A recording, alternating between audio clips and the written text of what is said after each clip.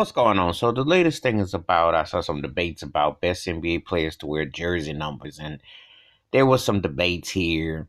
Um, if you love the player, you're gonna decide on what you want. Like one of the classic example was Dwayne Wade and Allen Iverson. A big fan of both players, but I was a bigger Dwayne Wade fan. Miami Heat are my basketball team, and I just thought Flash was the truth.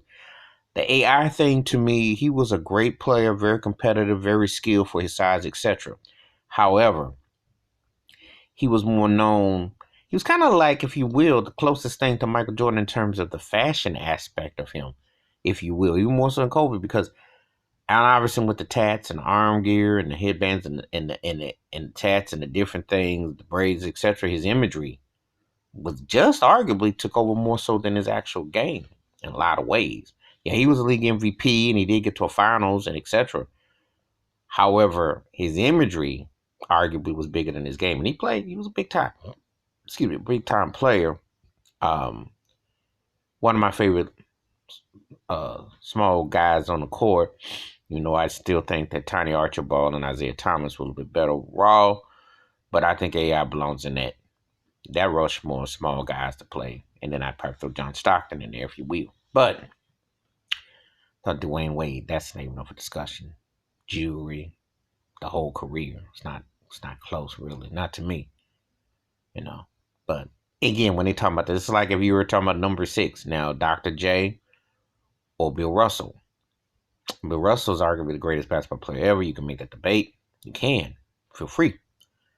Julius Erving, though, if we had his ABA era Dr. J, he got a strong case. He ranks higher, but he was great in Philly. But then you look at numbers, and LeBron James was number six in Miami. So it all depends on how LeBron was 23, and then of course you're gonna have Michael Jordan, and there's no debate there. Michael Jordan was better. LeBron's great for his time, different eras, but what does numbers really say? What does numbers really say? Um, Shaquille number 34, Shaquille O'Neal. I don't think that's a discussion. No, he was 32. In Orlando, he got to a finals, was great, and he was considered one of the 50 greatest players already with that. And then when he went to Miami, so obviously Magic Johnson, but that it depends. So when you have certain numbers and you put people, just like Larry Bird wearing number 33 and Kareem Abdul-Jabbar wearing number 33. See how this is why you don't have these kind of debates, because you end up having draws and ties. Rick Barry was 24, Kobe Bryant was 24. Draws and ties. Think about it.